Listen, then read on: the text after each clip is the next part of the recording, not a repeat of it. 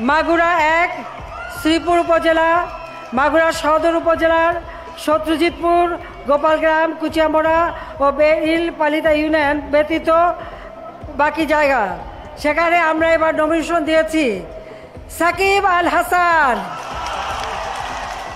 জাতীয় দলের ক্রিকেটার থাকা অবস্থাতেই দ্বাদশ সংসদ নির্বাচনে সাকিব আল হাসানকে দলীয় মনোনয়ন দেন আওয়ামী লীগের সভাপতি শেখ হাসিনা। সেই শুরু। ক্রিকেটার সাকিব আল হাসান হয়ে ওঠেন রাজনীতিবিদ। মাননীয় প্রধানমন্ত্রীর নেতৃত্বে আমি মাগুরা 1 আসনের নৌকার প্রার্থী। মাগুরাবাসী আমার জন্য দোয়া করছে, আমি আশা করছি মাগুরাবাসী আমাকে ভোট দিবে। শুধু মাগুরাবাসী না, আমি চাই বাংলাদেশের প্রতিটা আসনেই যারা নৌকার টিকিট পেয়েছে তারা সবাই যেন জয়লাভ করে এবং আপনারা তাদেরকে ভোট দিবেন। আমি চাই ফরিদপুরের 4টা আসনই যেন নৌকা জয়লাভ করে। কি করবে তো জয়লাভ? আপনারা হাত তুলে একটু দেখাবেন নৌকায় ভোট দিবেন কিনা। ধন্যবাদ আপনাদের সবাইকে। মাত্র 30% টাকায় জমির মালিক হয়ে নতুন বাংলাদেশের গড়ে তোলার স্বপ্ন দেখা বাংলা বসতি। শেখ হাসিনা স্বৈরাচারী রাজনীতির সঙ্গে জড়িয়ে নিজের আকাশচুম্বী জনপ্রিয়তা হারান সাকিব আল হাসান, যার ফলে ক্যারিয়ারের পড়ন্ত বেলায় এসেও প্রত্যাশিত বিদায়ের সুযোগ হারানোর পথে তিনি।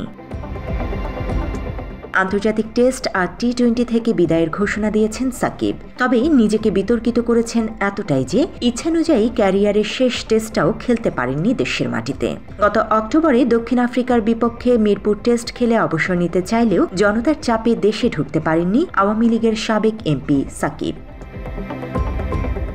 এবছর অনুষ্ঠিত হতে যাওয়া ওয়ানডে সংস্করণের আইসিসি চ্যাম্পিয়ন্স ট্রফিতে খেলার ইচ্ছা আগেই জানিয়েছেন একসময়ের বিশ্বসেরা অলরাউন্ডার সাকিব। তবে নিষেধাজ্ঞা আর অনেকদিন দলের বাইরে থাকার ফলে সেই সুযোগও হারাতে যাচ্ছেন তিনি।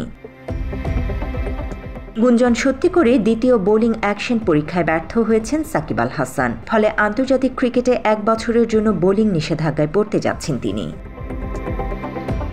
এর আগে ইংল্যান্ডে প্রথম বোলিং পরীক্ষায় ব্যর্থ হওয়ার পর ভারতের চেন্নাইয়ে দেয়া দ্বিতীয় পরীক্ষাতেও সফল হতে পারেননি সাকিব। নিষেধাজ্ঞার কারণেই জোরালো হয়েছে প্রশ্ন, তবে কি আন্তর্জাতিক ক্যারিয়ার শেষ সাকিবের?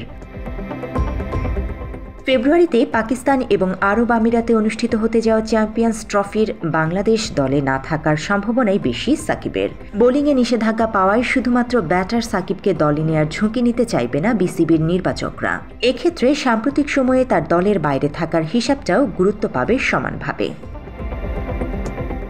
সাকিব আল হাসান অনেকদিন ধরে বাংলাদেশ দলের বাইরে মূলত রাজনৈতিক কারণে। বিসিবি চাইলেও নানা বাধা বিপত্তির ফলে দলে নিতে পারেনি তাকে।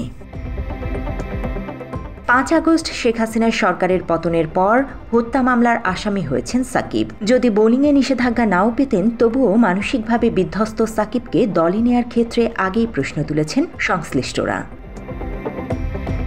ছিলেন বিশ্বসেরা অলরাউন্ডার, দেশের ক্রিকেট প্রেমীদের নয়নের মণি। সেই সাকিব আল হাসান রাজনীতিতে জড়িয়ে এতটাই কলঙ্কিত হয়েছেন যে বাংলাদেশের জার্সিতে প্রত্যাশিত শেষ ম্যাচ খেলার সুযোগটাও হারাচ্ছেন বারবার। অন্যদিকে সম্প্রতি বাংলাদেশ দলে আর না খেলার ঘোষণা দিয়েছেন দেশের ক্রিকেটের আরেক তারকা তামিম ইকবাল। এই অবস্থায় সাকিবও চ্যাম্পিয়ন্স ট্রফির দলে না থাকলে এই 2 ক্রিকেটার ছাড়া অনেকদিন পর আইসিসির কোনো ইভেন্টে মাঠে নামবে বাংলাদেশ। জান্নাতুল ফেরদৌস তমা, বাংলা এডিশন।